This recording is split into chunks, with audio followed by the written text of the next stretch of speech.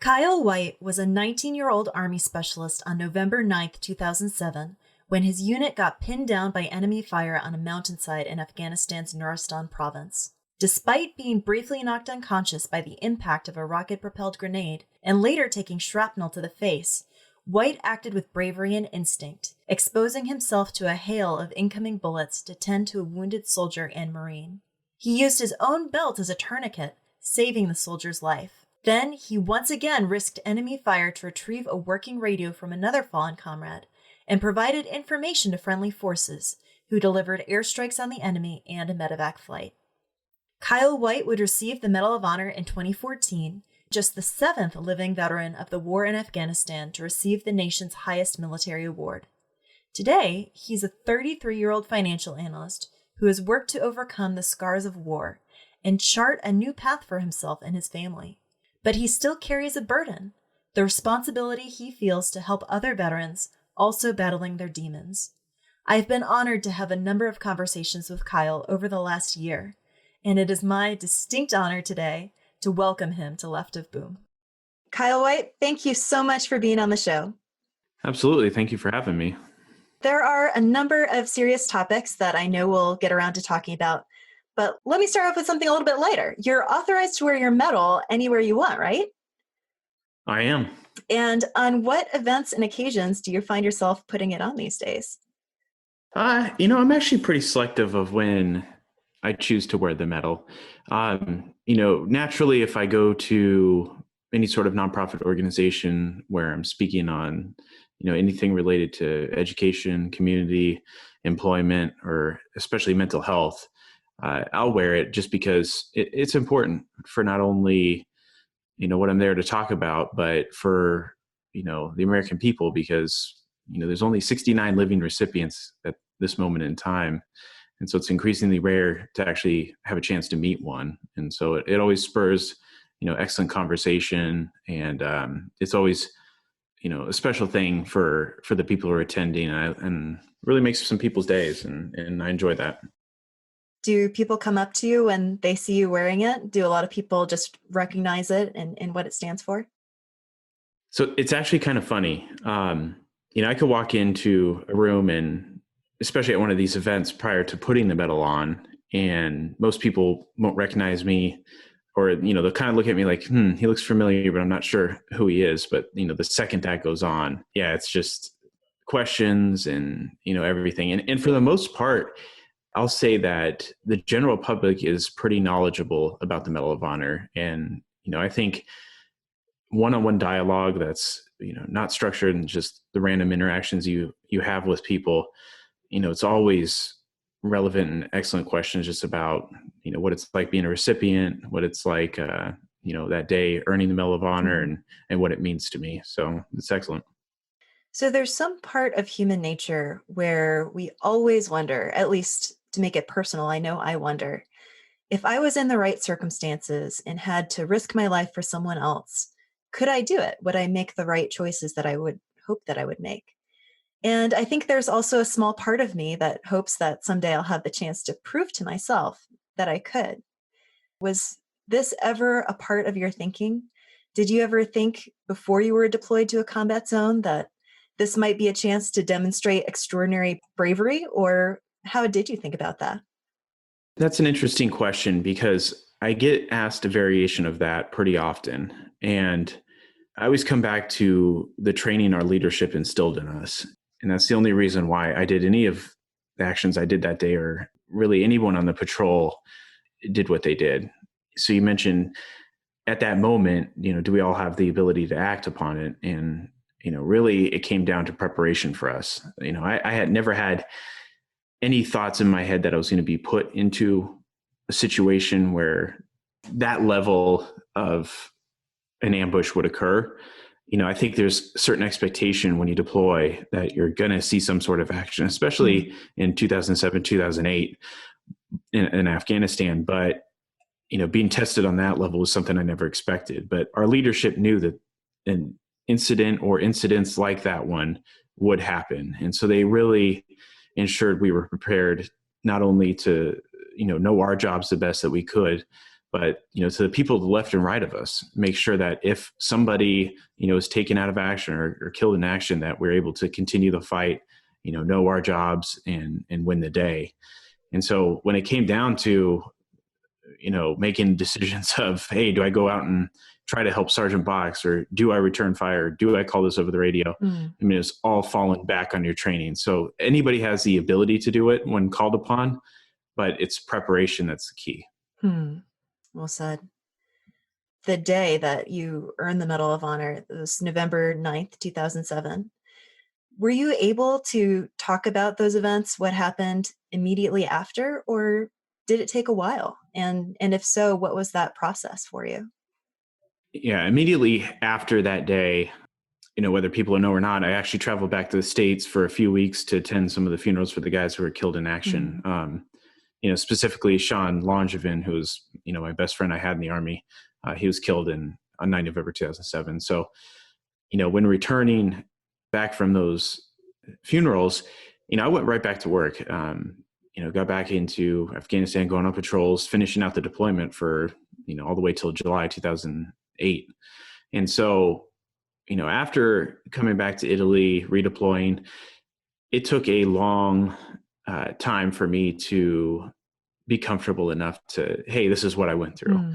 I recognized pretty early on that I needed to go get some help. And I think, we talked about that briefly in some of these other conversations, and that's well documented. But I think it was all the way beyond, being awarded the Medal of Honor in 2014. So 6.5 years later, after the data action, it really, I think it was a point that closed a chapter for me. So being able to talk about that day, what it really meant to me, not only as someone who's there, but also as a recipient, with kind of that responsibility of sharing the stories of those that were killed in action and really just honoring their legacy. It's been a challenging time, especially the first couple of years, just to be able to speak on that in a way that I thought was, up to the standard that their stories deserved. And here I am, almost 6 years later, after being awarded the medal. And now it's something that I want to share. I want to have these conversations because it is so important to ensure the legacy of our military service, and the actions are never forgotten and they're honored appropriately. So 6.5 years after that day in the combat zone is when you received the medal. That's a significant chunk of time. Can you recall the day that you were told that you would receive the Medal of Honor and what that was like and what you were thinking and feeling? It's an interesting process because it's not like they just call you out of the blue, or the president of the United States calls you out of the blue and is like, hey, it's Barack Obama, this is what's going to happen. But it's like, I remember finishing up college in December 2013, and I just got my first job offer on New Year's Eve of that year as well. So a little after New Year's, I was sitting there with my girlfriend, who's now my wife, and I was saying, everything kind of is falling into place lately. I bet I get a call on that award sometime soon. And and sure enough, it was like a week and a half later, some crusty colonel from the Pentagon gave me a call and told me, after obviously verifying my identity and things of that nature, that he couldn't tell me what it was about, but he's sure after 6.5 years I could figure it out, and that a senior military official would be calling me in the next couple of weeks. And so, another kind of little funny story about that is, he made sure that I knew I was not to tell anybody about this conversation, not even, my girlfriend, my parents, my best friend, any of that. And I was like, sir, yes, sir, like all that stuff. And we hung up and ended the conversation. But then I remember I was like, I think I'm coming up on my, like 8 years of full commitment. I think my inactive reserve time is ending. And so I checked the date, and sure enough, it was like 3 days before. So I was like, man, I don't care. He can't do nothing. And so, I called and told everybody. So I love that. Like, you've got nothing on me. This is my story to tell. Exactly. But, the actual conversation with the president of the United States at that point in time, Barack Obama, was a surreal experience. People always ask me, what'd you talk about? And, I sum it up by saying I blacked out. But I had adrenaline pumping because, regardless of how you feel of about the person sitting in the office at the time. I mean, it's still the president of the United States calling you on your cell phone with the broken screen on your lunch break. And so it was just incredibly short conversation, but it's lots of yes, Mr. Presidents, and then the conversation's over. But basically, just informed me that he was approving the award for the Medal of Honor, and that he was looking forward to having me and my family and some of my fellow service members up there to celebrate the day. And so, yeah, I'll always remember that specific conversation and just how it felt. It was incredible. So what happens after that? How does your life change after you hang up the phone? It's an interesting process because I always say this, to this day, I'm just a regular person, just like everybody else. I'm sitting here in my bedroom office in a neighborhood where nobody knows who I am. That's the way it was before getting that call. And so the military has, senior leadership has a way of, helping us prepare for that life-changing day, when you're awarded the medal. And so it's a little bit of catching up to speed on, the media process and how to interview and things like that. And it's really an important step because, having no exposure to that, to expecting to be talking in front of the country in a matter of weeks, it's a big adjustment. Nothing really changed until that day, when the president draped the award around my neck, because again, just regular guy, just going about my business. But then after that, it's your face is everywhere. It might be for 15 minutes, but it's still a big adjustment and something that's hard to take in for sure, especially because, at the end of the day, we just did what we were trained to do. I always felt, and I still feel like to this day, I did the bare minimum I could. You play the endless game of could have, would have, should have for years on end, trying to think about ways you could have done things better that day. And then at a moment in time being recognized for that, it's a tough thing. It's a tough process. So what do you remember from the day itself? Was it a similar kind of blackout situation, or do you have specific memories of what took place? I think there's certain aspects of that day I'll always remember, and I'll tell a funny story in a moment, but I always felt so bad because when you get ready to go to the White House for the ceremony, there's kind of a tradition of being escorted by DC police, I believe they're called. And so, they came and got us pretty early in the morning, I'd say like 9 or so. Definitely could tell there's a heavy flow of traffic in the DC metro area, and they were shutting roads down. And I felt so bad because I could tell it's just ruining people's day. But it was quite an interesting experience. But I'll say one of the funniest moments was you get a brief tour of the White House, and then you're going to officially go into the Oval Office. And that's where President Obama will sign the award declaration. And that's really when you become, official Medal of Honor recipient. And usually it's tradition right after that signature, you march down to the room where the actual ceremony is held. But, we're sitting outside the Oval Office, and my girlfriend at that point in time had spent what I think is an inappropriate amount of time in the morning preparing for the day, naturally so. But so she was like, oh man, I have to go to the bathroom. And they're like, oh, there's a restroom right there. And she's like, okay, great. And she goes in, and, it's coming up, and they're like, it's, just a couple of minutes. Let's make sure everybody's ready. He's going to open the door and greet you guys. And we're like, okay, great. And so I was kind of like, hey, Helen, we got to go. She's like, okay. And I'm sure everybody knows this, but the White House is very old. Like last time it was, had a redo. And so a lot of the door seals and doors, they swell during the heat. And so this is May, it's getting pretty warm in DC. And so, I hear a jiggle at the door, and then the jiggle gets a little louder, and then I hear pounding on the door because the door had swelled shut. She got stuck in the bathroom at the White House. Got stuck in the bathroom. She did. And so, I gave it a quick shoulder and got her out there. But, it was like her hair was, you could tell she got flustered and scared. And it was just a funny moment. And then probably 15 seconds later, President opens up. He's like, I'm Barack Obama. And everything else happened from there. And that's probably one of the moments I regret the most, is actually spending time in the Oval Office and not taking a few moments to go around and ask about, why he chose this picture, or, why is this color here? Just things like that, because it's a once in a lifetime opportunity. And I was just there like not knowing what to do or say, kind of like a time I wish I would have embraced a little bit more and slowed down to ask some of those questions. But yeah, it was an excellent experience. He's a very personable guy. Had a great conversation with myself and my family. So it was excellent. Hmm. I've always been fascinated, and this is something you talked about just briefly, but the element of fame that comes with the Medal of Honor. So, it's years possibly since you were deployed, you're just doing your job or otherwise living your life. And all of a sudden, you're at the White House, you're on national news, people know your name, maybe people even come up to you on the street. What is that like making that transition? And what parts of it are fun and what parts of it are more difficult? It was an incredibly difficult transition just because I even treated my time in college after the military. I stayed to myself, treated it like a job. And so I kept a small circle of friends. Naturally, I've always been probably a little bit of a smaller circle type of guy.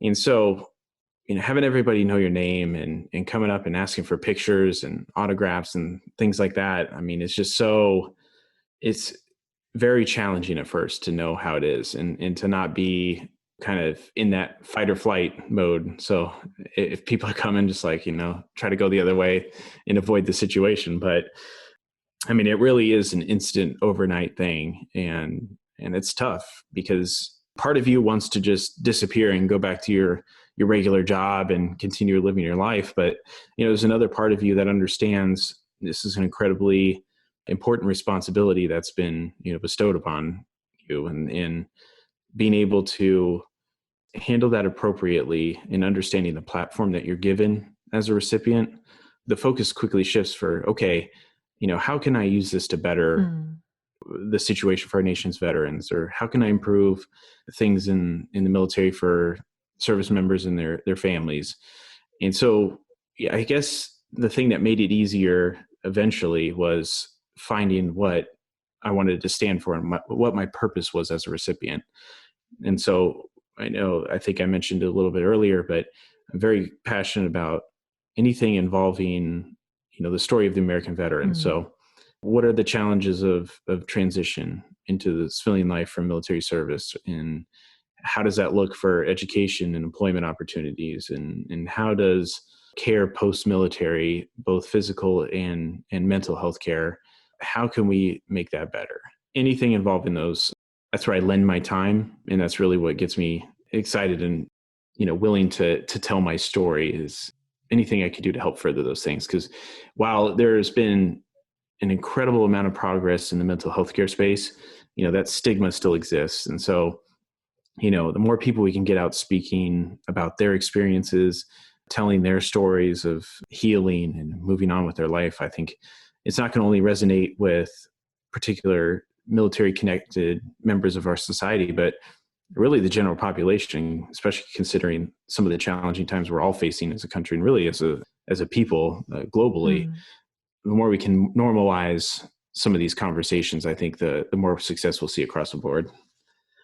So let's talk more about that. It seemed like not long ago you came to a decision that you wanted to share more broadly your own story and even your struggles following the Medal of Honor and the lows that you hit before you were finally able to seek help.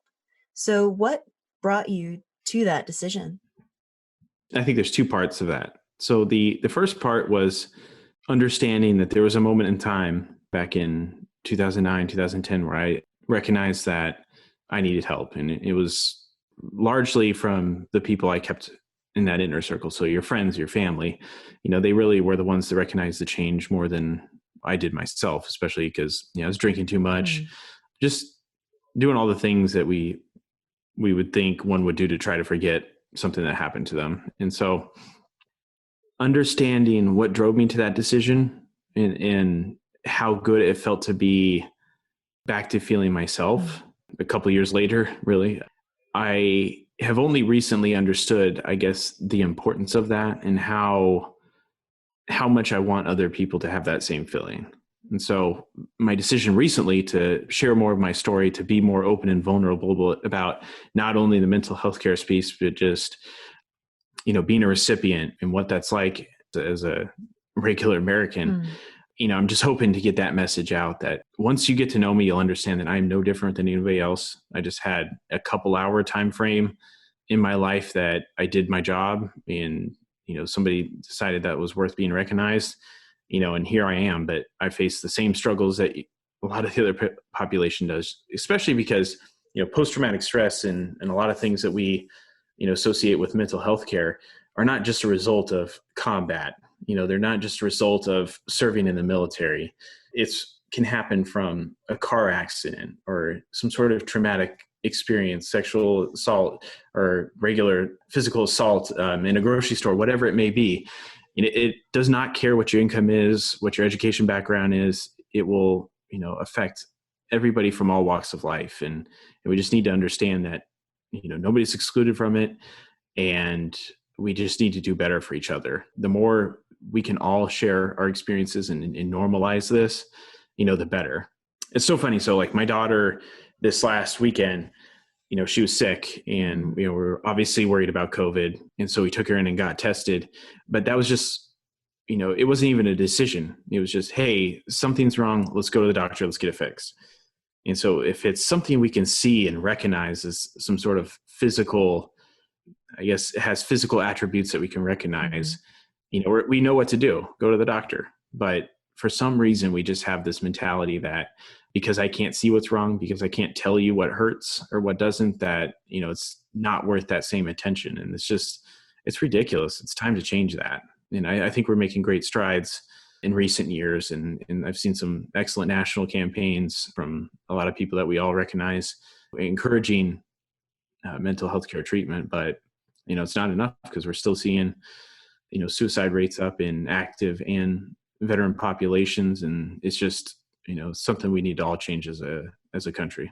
That's such a poignant analogy that you made. If you're sick, if you're not feeling well, you go to the doctor, and it should be that normal, that straightforward, that stigma free.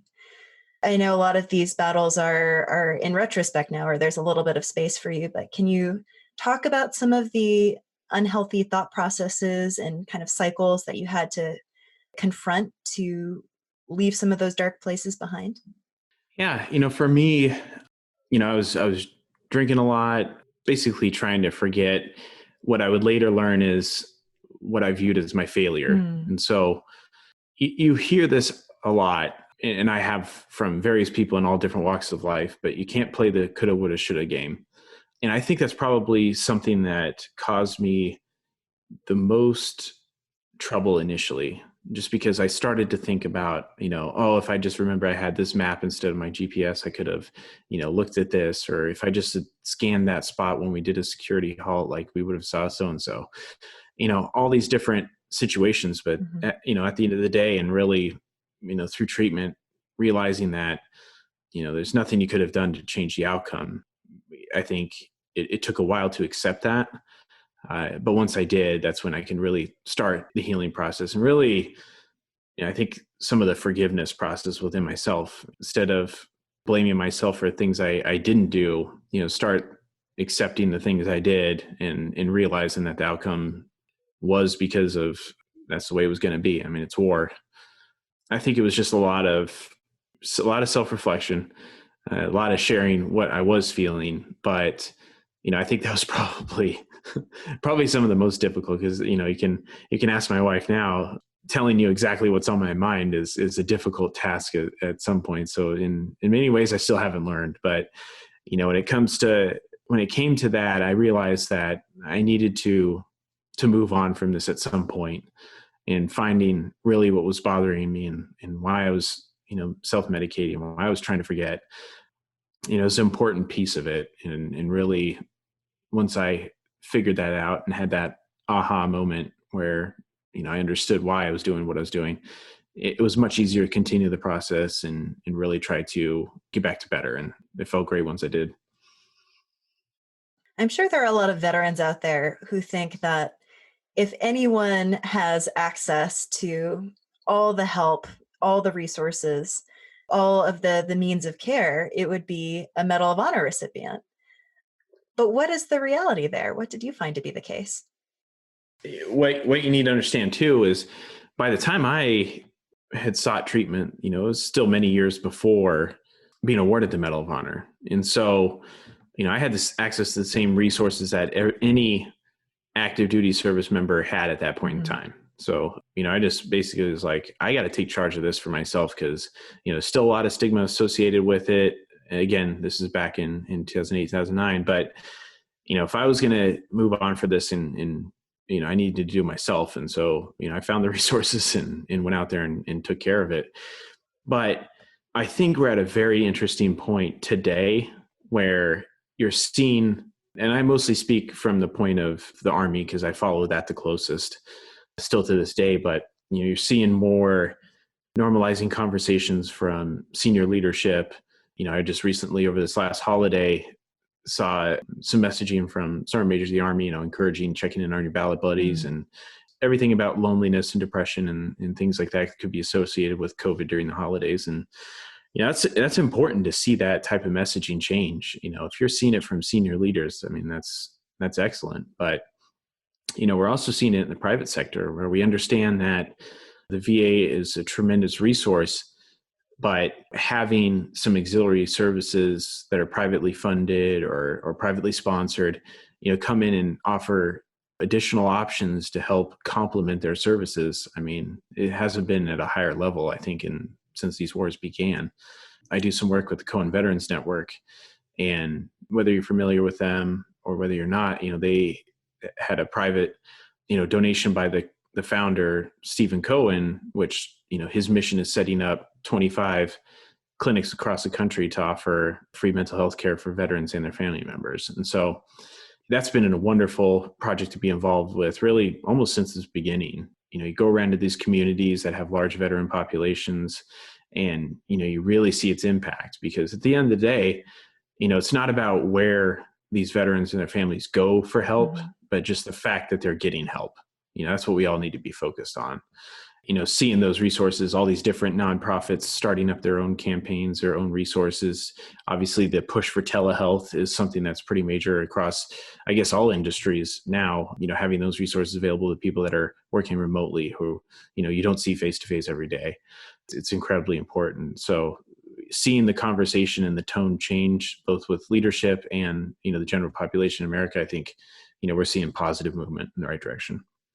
With your personal journey to tell your story and sort of point veterans in the right direction, I'm so honored that you've written a first piece for Military.com and there's more on the way. So definitely stay tuned. But what feedback have you gotten so far and what are you hearing from veterans as you reach out?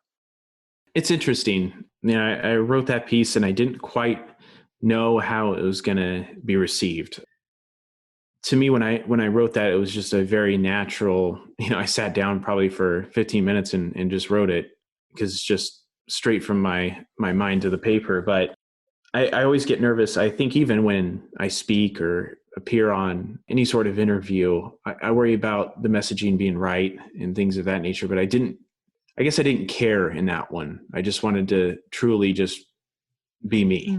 And it's interesting because I guess it really did resonate with people because I had, plenty of messages on, some of the social media platforms and people calling me that I used to serve with and people I know now in different industries who had never even served a day in their life, but just understood, I guess, everything that I was talking about in some capacity or another. And so it was excellent. I think there's a few people that, I know of personally that decided it was time to go talk to somebody again or, start some of the healthy habits they learned when they were in treatment and things of that nature. And so the feedback was positive. I was surprised, but I think the most important part is people I was hoping it would resonate with, it seemed to have resonated with them. And what I mean by that is those that maybe think they need to go get help, or maybe somebody has told them they need to get help, but they still have just not made that decision. Because, at the end of the day, you can have all these resources available for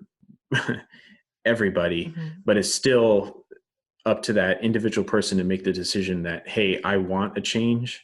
I want to feel, good again. I want to move on from this event, whatever it may be that's affecting their mental health. They still have to make that decision to go get the help.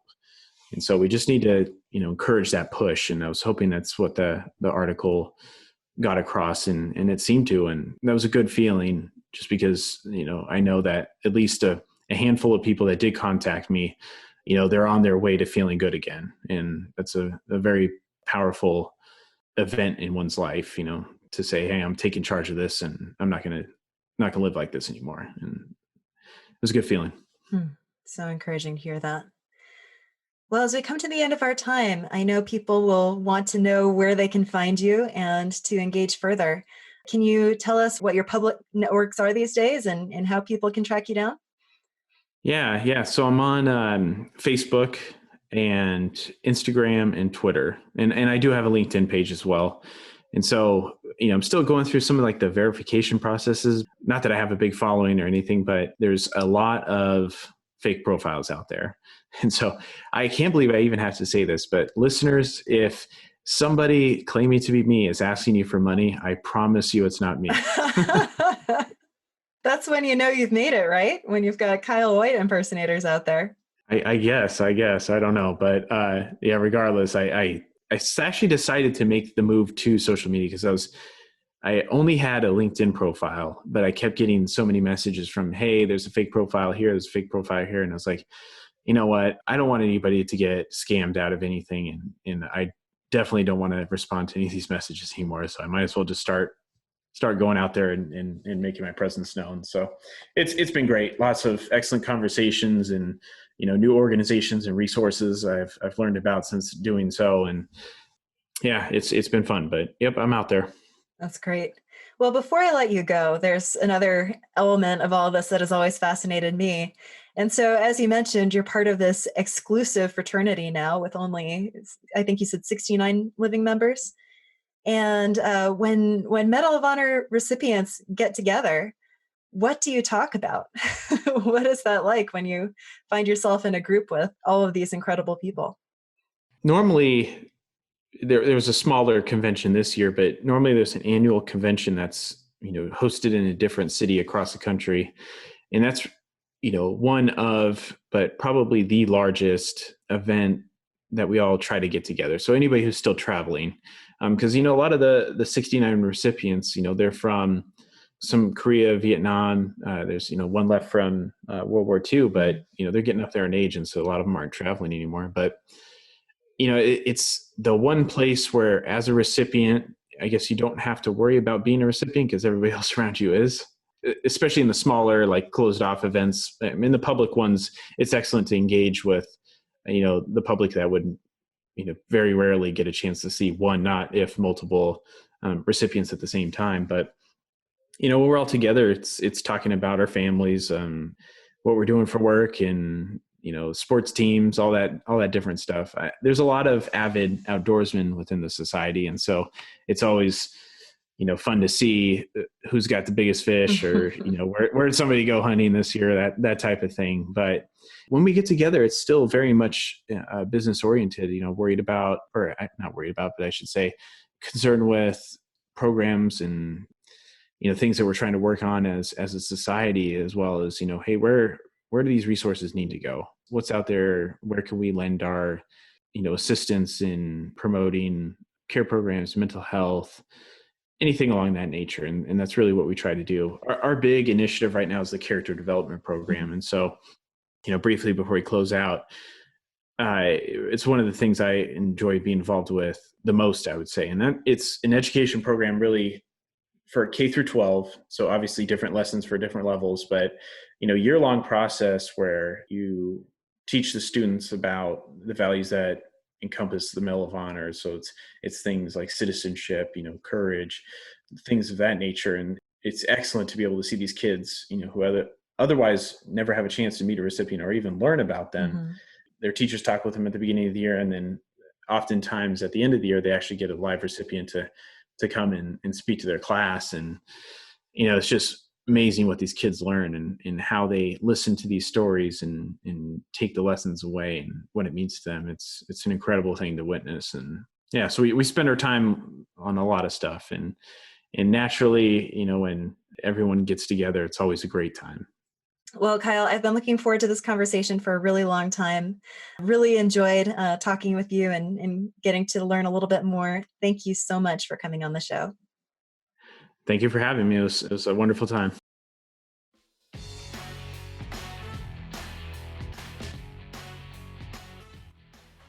Thanks for joining us once again at Left of Boom.